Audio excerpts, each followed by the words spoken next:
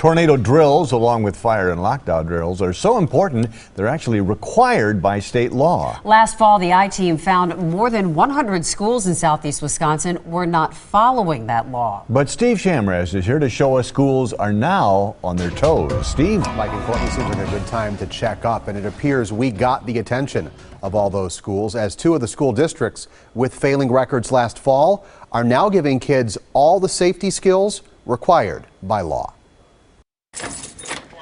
When Fire Marshal Brian Charlesworth walks around Waukesha schools, there's this blue extension cord. He does not always like what he sees. And then it runs over here. He says classrooms are magnets for fire hazards, like this extension cord.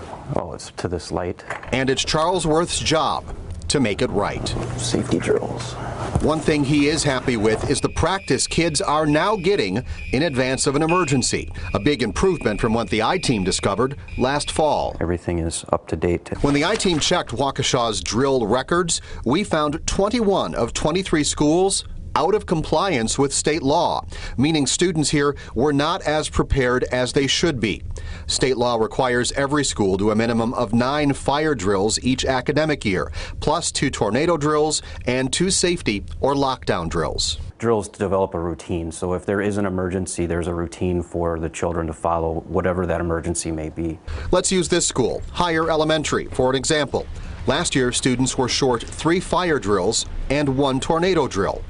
This year, it's perfect. Today's TMJ4 looking into this should put it on people's radar screen. State Representative Joe Clayfish was surprised to hear so many schools were not complying with state law. So he's looking into how the legislature can push schools to do better. And if we're serious about keeping our kids safe, they should follow the law that has to do with these kids getting out of a building during a fire drill or going to a safe place if they're caught in a tornado. Some schools are already doing a good job. Milwaukee Public Schools exceeded standards on fire and safety drills. But in Oak Creek, Franklin, the superintendent demanded change.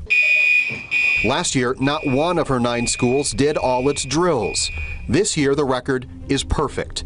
Just like in Waukesha, where attention from the I-Team and the fire marshal has every school following the law. Publicity that was generated from it, I think that it'll stay with people for a while, and we'll continue to check on fire drills and make sure that it's being done. Until there is a fix on the state level, parents need to police their own school's performance. All they have to do is ask.